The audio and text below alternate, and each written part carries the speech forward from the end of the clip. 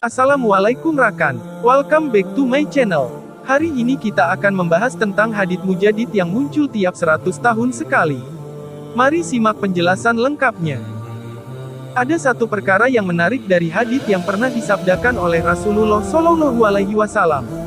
Isi hadisnya menyebutkan tentang kemunculan mujadid untuk umat Islam pada tiap 100 tahun sekali atau 1 abad. Hadits itu bersumber dari Abu Hurairah radhiyallahu anhu yang meriwayatkan sabda Rasulullah Shallallahu Alaihi Wasallam sebagai berikut.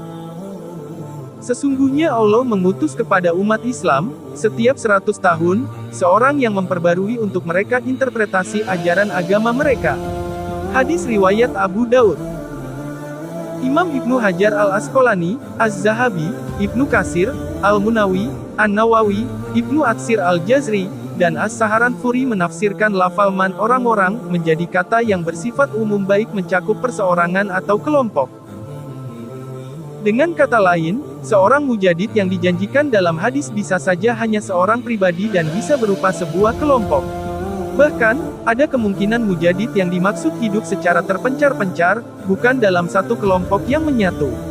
Berkenaan dengan hadis di atas dikutip dari buku Ensiklopedia Islam karangan Hafiz Muftisani, seorang ahli fikih dan tafsir klasik Abu Sahal As-Salaki pernah menyebutkan, Allah Shallallahu Alaihi Wasallam memunculkan tokoh-tokoh atau mujadid yang akan mengembalikan Islam pada kemurnian ajarannya dan membendung berbagai penyimpangan. Sementara cendekiawan Muslim Quraisy Syihab dalam buku 1001 Soal Keislaman yang patut Anda ketahui berpendapat, tugas mujadid sebagai pembaru dibutuhkan mengingat perjalanan sejarah boleh jadi melupakan atau menyalahpahami ajaran agama. Selain itu, masyarakat menuntut adanya interpretasi baru yang tidak menyimpang dari prinsip dan teks-teks keagamaan. Sebagian dari apa yang kita namai ajaran agama adalah hasil interpretasi ulama yang tentunya dipengaruhi oleh kondisi sosial masyarakatnya, perkembangan ilmu pengetahuan dan teknologi iptek, serta budaya lokal, terang dia. Untuk itulah, mujadid berperan untuk mereaktualisasi ajaran. Meski demikian, tidak mudah untuk menetapkan siapa orangnya pada tiap abadnya. Sebab, ada pula kemungkinan mujadid tidak hanya satu orang melainkan ada beberapa orang dalam satu abad.